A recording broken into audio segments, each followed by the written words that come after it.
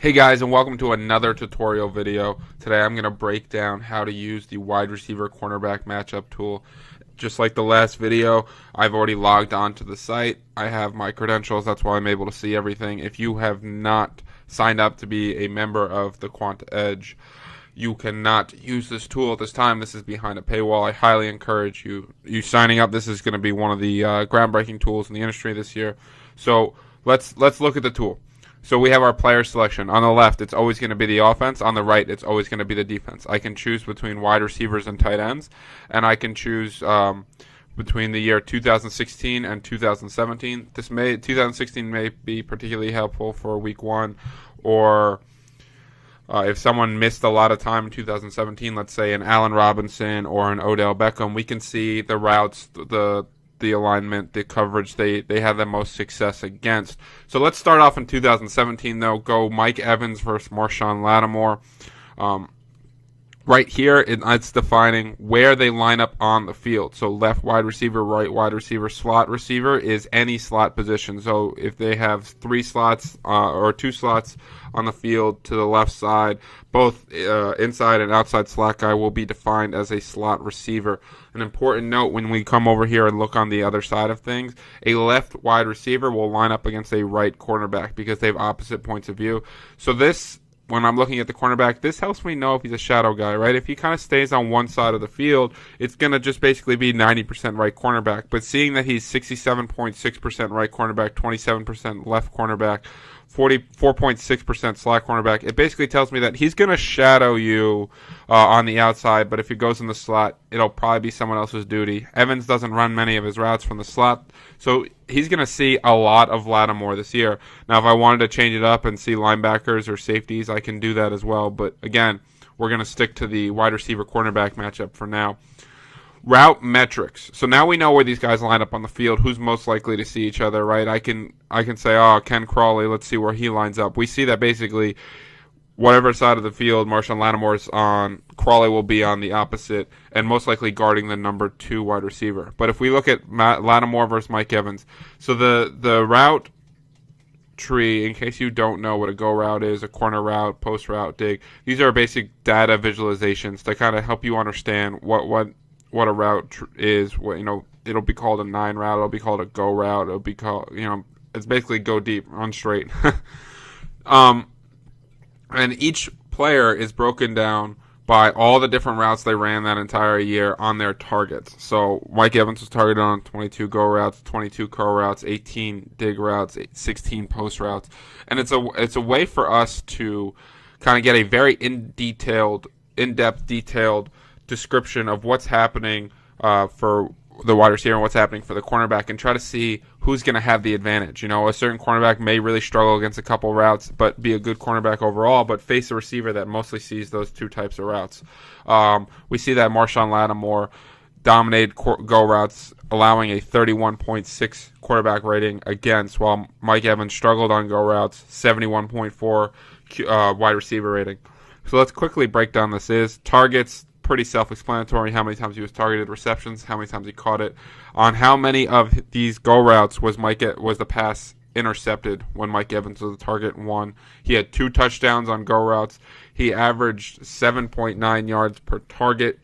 We multiply this times the targets, we'll have his total yards. His ADOT, that's the average depth of target. How far downfield was he when he was targeted? We'll see that go routes have much higher ADOTs than curl routes. Again, a curl route is this 4, right? You're kind of stopping, coming back. It's typically like a 8 to 12 yard route, so an 8 out of 9 makes a lot of sense. And a rating. This is what a quarterback rating is when he targets you or when you're targeted. So this is known as a wide receiver rating. This is known as a QB rating against.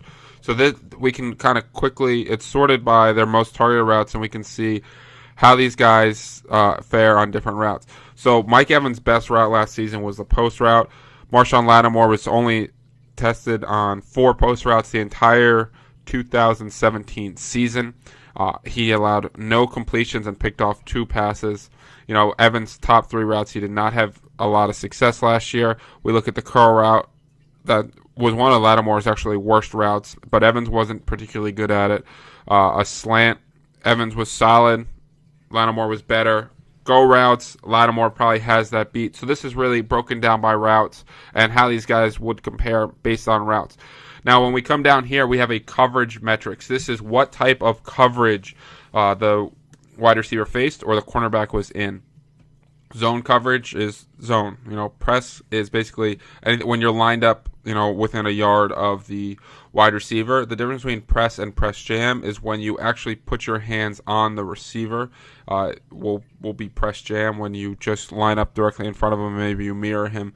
You're going to be in press. And man, the difference between man press and press jam is man is mostly going to be off man. You're going to be a couple yards away from him, allow him a clean release. So this allows us to really see how these guys fare. We see Marshawn Lattimore is dominant basically in whatever aspect they ask him to play. He's worse. His worst category or his worst coverage is in man cover, off man coverage, where you're allowed a 70 rating.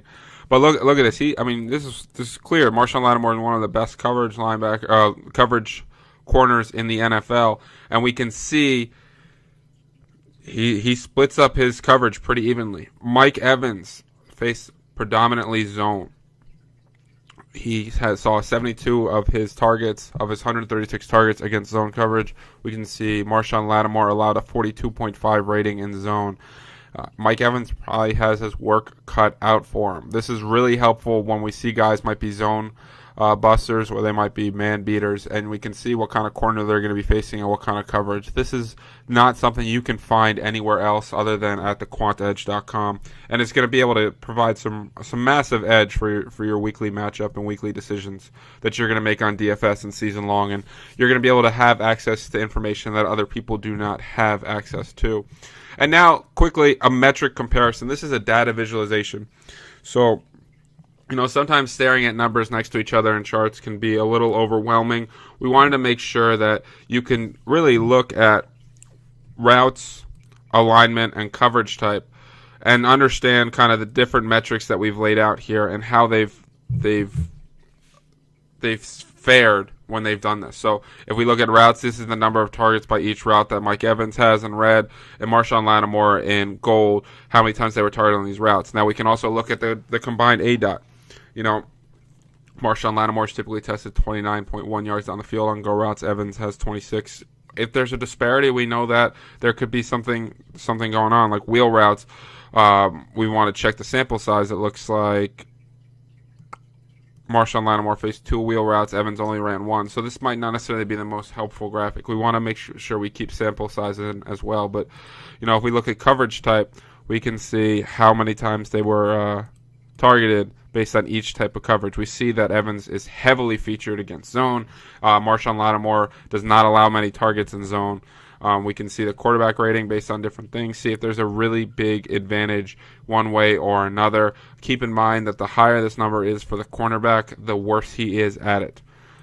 We can see where they align on the field. We can see that Marshawn Lattimore spends a lot of time at left cornerback in terms of his targets are mostly at right cornerback. I apologize. Left cornerback, he only saw 17 targets and only 4 targets against in the slot. We can kind of see that where he lines up most on the field, or where he gets targeted most, and where Mike Evans saw the most of his targets does match up. So these are the different ways you can use the wide receiver cornerback tool. You can really get very creative with it. Allow yourself to use compare any two players, kind of create quick data visualizations, compare by coverage, compare by route, see where they align to make sure you're actually matching things up. For example, if we look at Seattle last year and we take Richard Sherman, we see that Richard Sherman played left cornerback 94.2% of the time. That tells you that if you got a guy that's going to run most of his routes on the left side of the field, he's not going to see Richard Sherman. So while some people may avoid Richard Sherman, this is a very clear visual that Richard Sherman doesn't move with players. It's a really good predictor for shadow corners and really an in-depth detail analysis of what you can do with matchups and the best way to exploit them. Guys, thanks for checking this out, and as always, if you have any questions, just hop in the chat and we'll be free to talk. Awesome, guys. Thank you.